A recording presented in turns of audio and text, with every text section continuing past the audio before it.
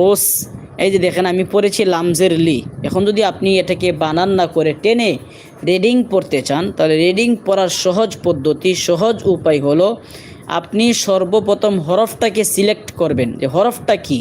আমি এখানে হরফটাকে সিলেক্ট করলাম, হরফটাকে লাম। এখন দেখব লামের উপরে কি আছে। যদি লামের উপরে জবর হয় তাহলে যে কোনো জায়গায় লামের উপরে জবর হইলেই আপনি সেটাকে লা পড়বেন। লাম জবর লা বানান করবেন না, সাথে সাথে বলে পড়বেন লা। লামের উপরে জবর দেখলেই আপনি পড়বেন লা। লামের নিচে জের হইলেই আপনি পড়বেন লি। লামের উপরে পেশ দেখলেই আপনি পড়বেন লু। এমনইভাবে আলিফ থেকে নিয়ে ইয়া পর্যন্ত 29টা হরফ আছে। 29টা হরফের বেলায় একই নিয়ম।